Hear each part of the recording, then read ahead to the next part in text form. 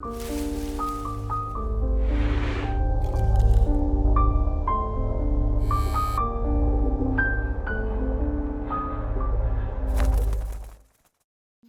guys, it's Maris. Welcome back to Harpies in the Trees, where I review horror books with a supernatural focus, vlog edition.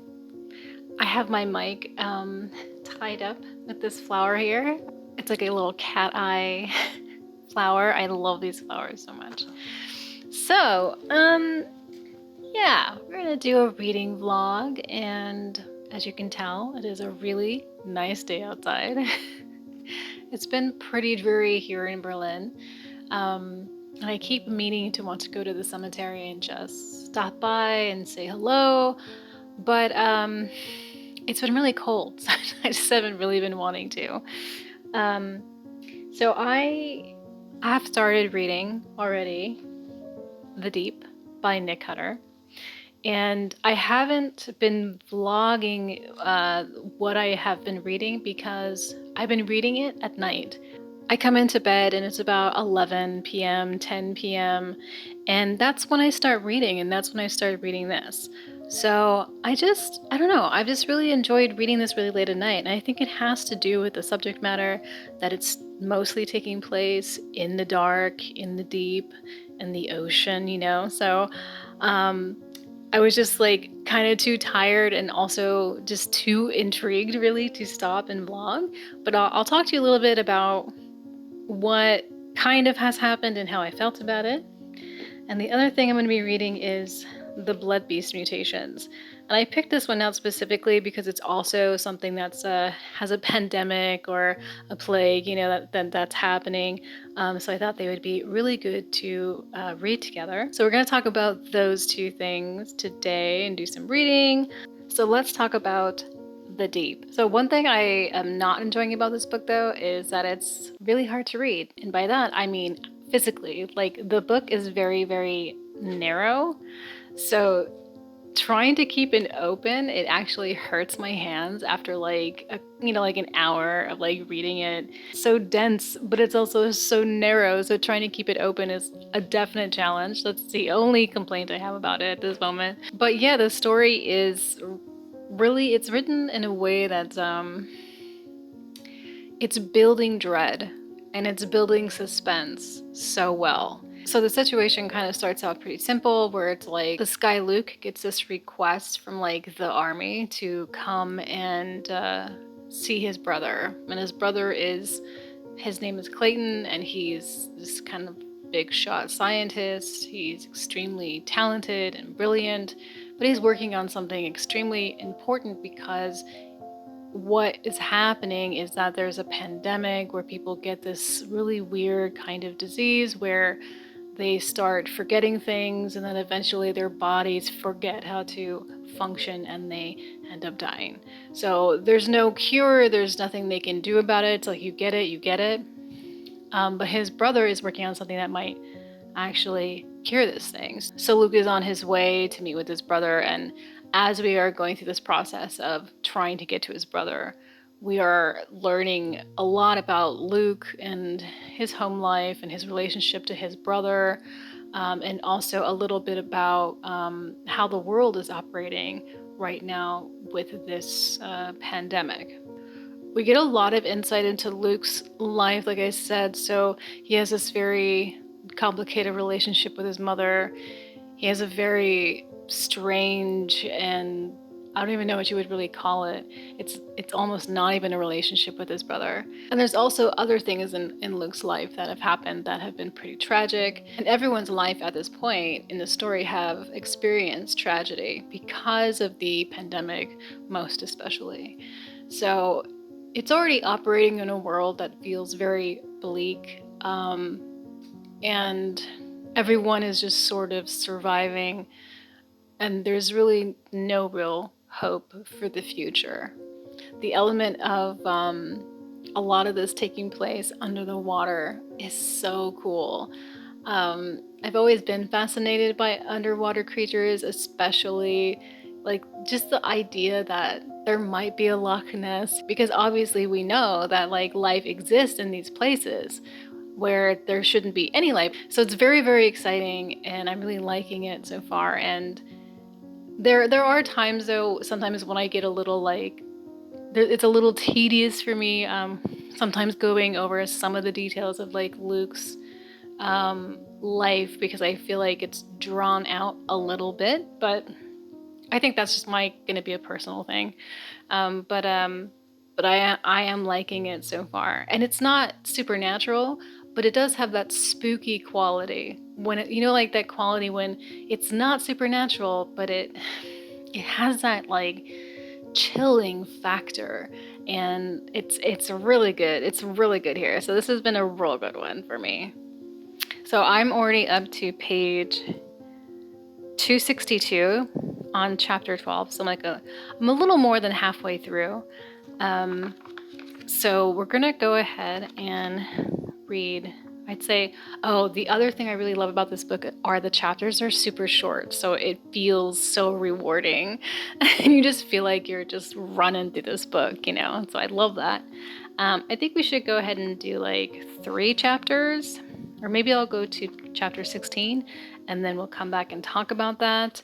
But first, let's talk a little bit about the Blood Beast Mutations. So this story takes place in New York City, and it's about some type of virus that is, there's an outbreak of a virus, it's mutating, it's changing people into some kind of horrible nightmare.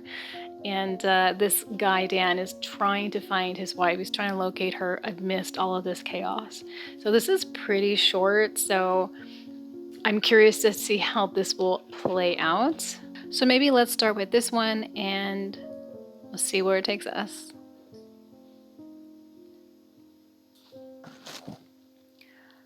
Like a half-remembered dream, my old life no longer seems real. No one's does, I guess. We should have listened.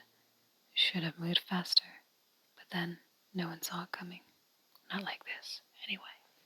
Okay, so I read till page 27, which is chapter 6. I don't really think this book is for me. So the story is basically like the experience of COVID, with everything from kind of just like how everything has played out. The news, protesters, what people are choosing to believe and how they're responding and acting to it, and how life had changed so much with like the lockdowns and how people were adjusting to them and what their lives were like at that point. So it's taking the story of COVID, but instead of it being COVID-19, it's a kind of like zombie kind of mutation or something. I'm not really into it, to be honest. But I don't really like zombie stories, so that has to be taken with a grain of salt. It's definitely like a little weird. I wouldn't say it's off-putting, but it's definitely like a little weird to read this story where it's taking COVID, which is still something that's happening now.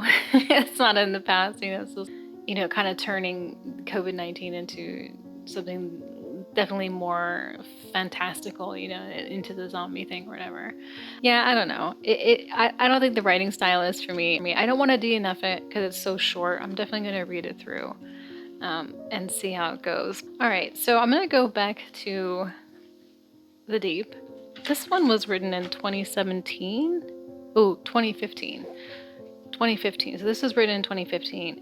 And it's really interesting because one of my fears, or one of my like questions about this book before I started reading it was, how will this imaginary pandemic feel like now that we've been through and are going through one, right? Like, for the most part, I'm like, yeah, okay. Like I get, like it works for me.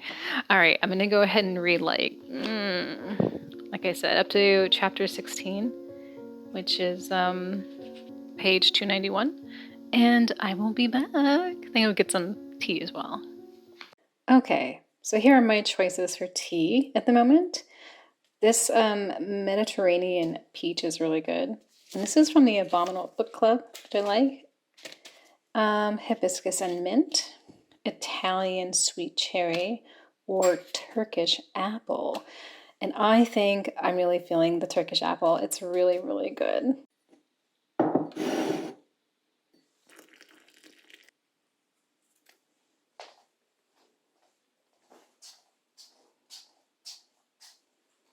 With a final convulsive heave, Luke propelled himself to the doorframe and into the forgiving light of the basement. As he skittered away on his heels, his eyes were down. His eyes were drawn to a square of blackness. Man, is this good. What I really like about it is that it's like sometimes I'm reading and I'm like holding my breath, you know, and I'm just getting really lost in these situations that are happening. So, as I was telling you before, Luke is going to meet up with his brother. His brother is actually in this like facility or compound that's underwater, and it's in the Mariana Trench, so it's on the very bottom, so it's extremely far. So I know this isn't like really considered sci-fi, I guess, but it is like a sci-fi horror. I would say so, you know. This is the kind of thing that I like. It kind of reminds me of like a mix of like The Abyss and Event Horizon. That's how it kind of feels. With a little Stephen King in there. There definitely feels like kind of Stephen King-ish stuff in here, which is really cool. So I'm really loving this, and I know you guys have been telling me forever, like, ooh, read the deep, read the deep, read the deep. So here I am, and you guys are right again. So at this point, like, I'm halfway through, and this little section that I read, basically what's happening is Luke and this Marine, her name is Al, or Alice, but they call her Al. She's a really cool character. I like her a lot. She's kind of like this, like, really kind of like tough, you know, very well-built individual who just sort of has an air of like confidence and strength about her. And a lot of her experience was like in submarines and stuff. So she has a lot of experience being in the sea. Anyway, her and Luke are trying to figure out some things that have been happening around the station. And so one of the issues that they're trying to solve is that there's a problem with the oxygen. And so they realize that kind of module or something has been removed that that they need for the oxygen to run correctly. So they're fixing that problem. But while they are there, they are both freaking out over different things, but they're both freaking out.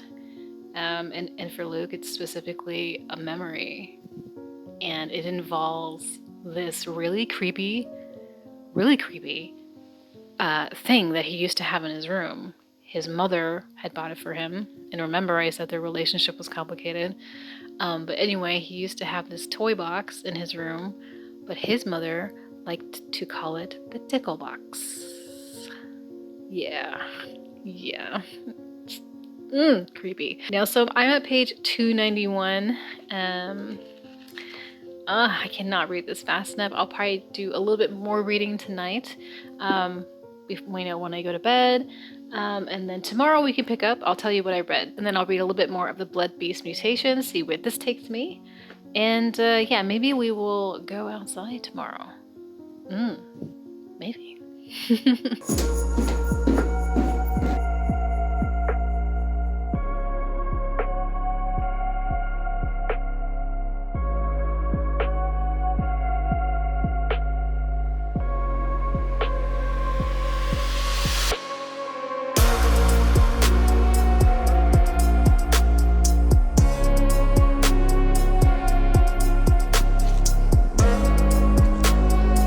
Great.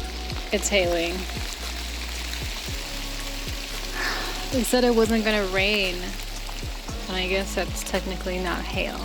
So I found a place where it's not gonna be too busy with people, and also it stopped hailing, which is really nice. I just took a walk around and just took some video to make a nice cemetery TikTok, aesthetic TikTok video. So yeah, we're gonna hang out here for a moment. It's my favorite cemetery. This is the one I come to all the time. It's right from my house. It's literally like one gigantic block away. So last night, where we left off, yes, okay. So last night I read The Deep for a couple hours before I went to sleep. And man, I have to tell you, I said before that it was like spooky but not supernatural, but there are things that are in the story that sound supernatural. They might not be supernatural, but they are pretty close and they're really creepy.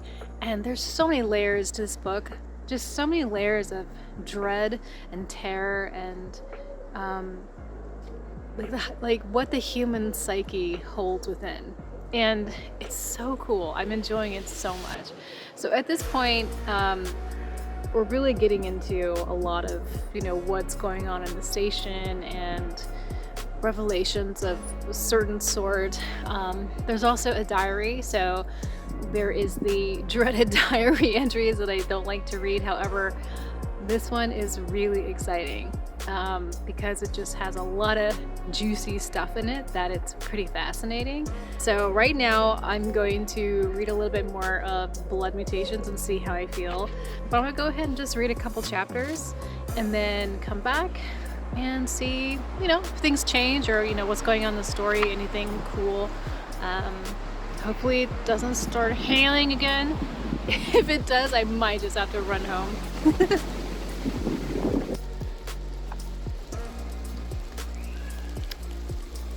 Okay, I am back. And I read 2 more chapters of the Blood Beast Mutations. And yeah, this book, not for me. It's just, so it's definitely like written in a humorous way, but it's just like really not my kind of humor. At some point in the story, the main character picks up this woman who he finds like walking in the street because, she's had some kind of confrontation with one of these zombies or whatever. So he picks her up in a car because he's trying to get to a hospital to his wife. And along the way, they encounter other situations that they have to deal with.